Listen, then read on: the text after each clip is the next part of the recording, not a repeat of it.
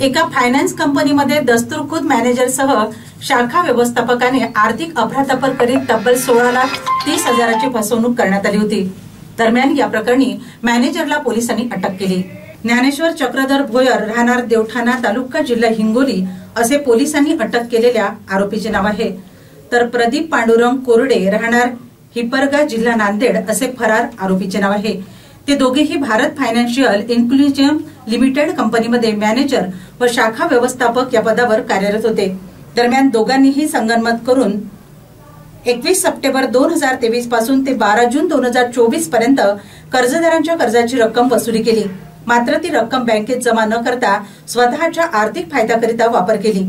यामध्ये कंपनी आणि कंपनीच्या अनेक सदस्यांची 16,30,324 रुपयांनी फसवणूक झाली। घटनेनंतर फिर्यादीने खंडाळा पोलीस ठाणे गाठून या प्रकरणी रितसर तक्रार दिली। त्यावरून पोलिसांनी संबंधित आरोपींवर विविध कलमान्वये गुन्हा दाखल करण्यात आला। दरम्यान स्थानिक गुन्हे शाखेचे पथक पेट्रोलिंग करीत होते।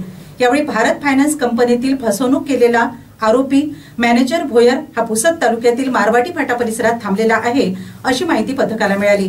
त्यावरून पथकाने घटनास्थळी पोहोचत ज्ञानेश्वर भोयरला अटक केली।